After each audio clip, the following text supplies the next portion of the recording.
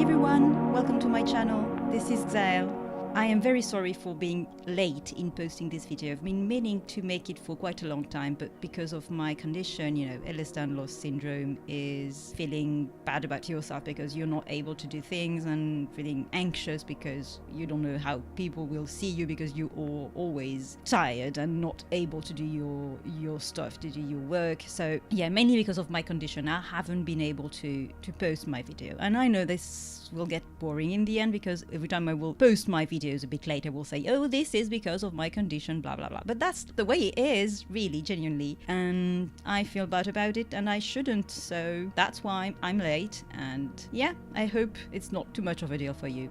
Well, anyways, I've been hesitating in posting this video because since I was late, it felt a bit stupid because Inktober and, well, the month of October was already well finished and we are well in November right now, and I even have new projects going on. But nonetheless, in the end, I did feel really good about the images that I'd done, and I felt that, I don't know, you deserve to see what I did, and I was happy to share. So here's this video, and I hope you will like it, and I hope you won't mind me posting it so late, as I said. Oh well, I am rambling on. At least I'm happy with what I drew, and I am starting to develop, I feel, a style that, funnily enough, I already had a bit more developed really long ago. When I was a late teenager and young adult, I was using dip pen and really black ink and things like that. Pretty much the same tools that I am using for this Inktober. And my drawing style was a bit more realistic and at the same time, how to explain, a bit closer to some medieval and romantic, I may say, maybe.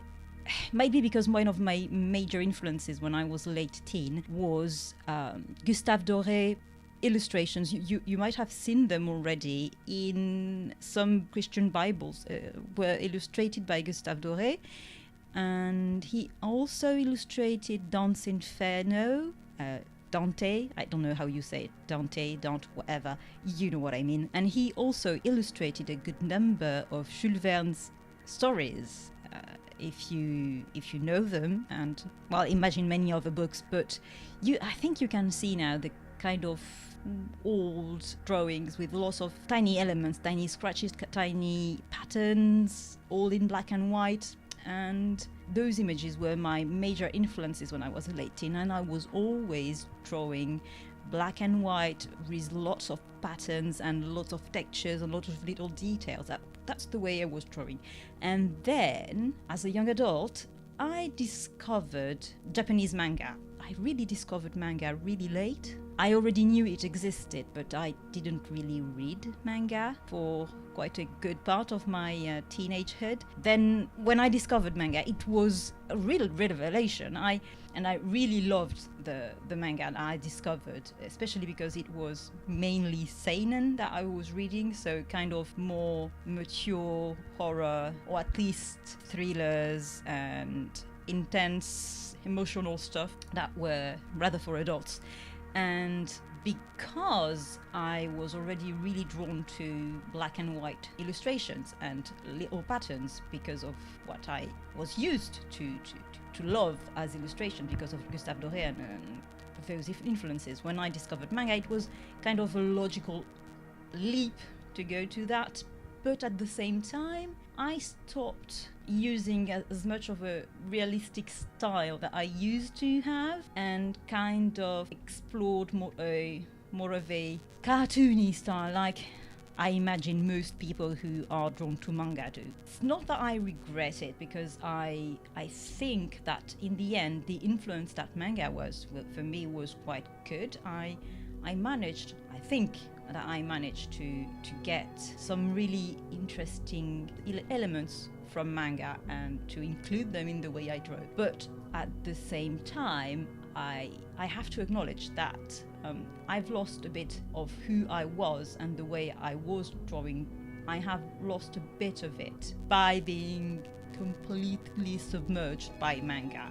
And later, when I started really reading and getting interested in French comics and then American comics, I was then drawn to colors, because all of my teenagehood and young adulthood I was only interested in black and white. But because of French comics and American comics being in full colors most of the time, I discovered colors. And since I was working as a comics artist myself and even as a colorist, even though I had spent most of my life drawing in black and white, suddenly I was in charge of making the colors of a comic book. I know that I've lost a bit of who I was by being completely, again, submerged by some style that wasn't mine, or let's say that I hadn't really processed those new influences at the time. I was forced to color in a way that would be compatible with the particular project that I was working on, either my own comic or someone else's comic book. But so the color style was dictated by someone else, or by the style of the collection, or drawing in a style in an industry, let's say, that is more drawn to colors than to black and white compared to the Asian comics industry. I was forced to use a style that wasn't exactly my own, or that maybe I hadn't completely processed. I was still in the first stages of understanding how I could use this new knowledge of color and digital art and everything to make it my own. And it wasn't mature enough in my art development, in my art story, in my artist path. And then when I decided to stop working in comics, because I was just being bored of it, because this happens. You can be bored of being a comics artist, yes. And I decided to go back to doing paintings and illustrations, my own illustrations. I went back to using some of the tools that I used to use before being a comics artist. And little by little, I have been developing, or going back to, it's a mix of both, I think, a new style or my old style. As for every image that I draw, it feels like I am both combining the old style, the old me that I used to be, the teenage me who only drew in black and white and was completely into Gustave Doré and really ancient imagery and romantic and, you know, symbolic and things like that, and all of the influences, modern influences in comics and manga and French comics and colors and digital and everything, all of the things that I had discovered as an adult, and finally blending the two to find the new / real me in a way. And because of this path, because of the way that I am now combining all those styles and trying to do what I really am, what I really love, and because I decided for Inktober this year to go back to dip pen and India ink the way I used to do as a teenager, it's quite amazing for me, the feeling of getting to know who I am and what I love to draw.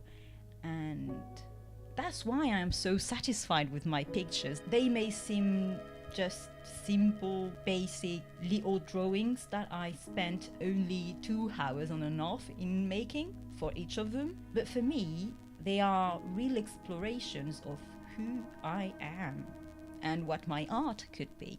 And this is also why for every images that I made for this Inktober, I have been exploring more and more witchy imagery. This used to be a huge central part of who I was, and I completely put it on the side because, one, I didn't really have a story to develop for it as a comics artist, and 2, because I know that's stupid to say, but for many people, this witchy imagery seemed a bit silly.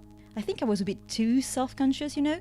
I might have felt a bit insecure in exploring this style and the things that I liked, you know how a lot of people say I was a goth, but it used to be a phase and I'm not a goth anymore, things like that.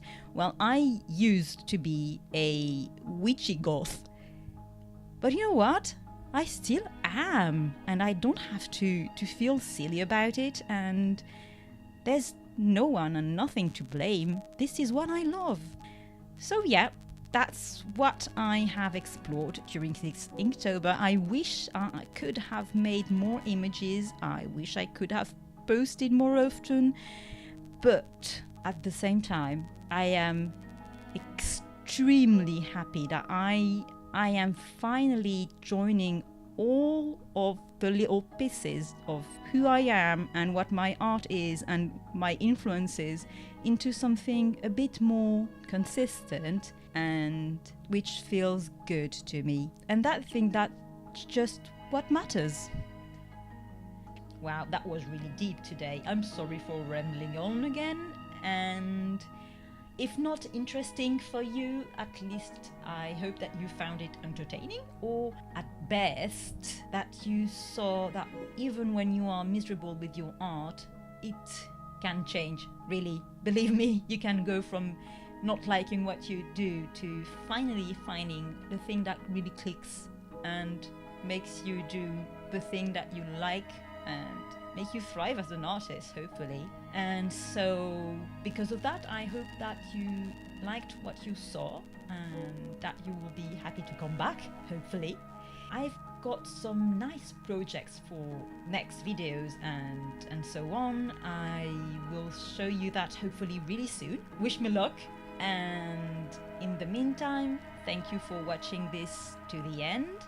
I have updated my shop and you can purchase any originals that you saw during Inktober on the shop, either Etsy or my Store Envy shop. There will be a link below, and in the meantime, please press the like button. Don't forget to subscribe if it's not done already, and I hope to see you in my next videos.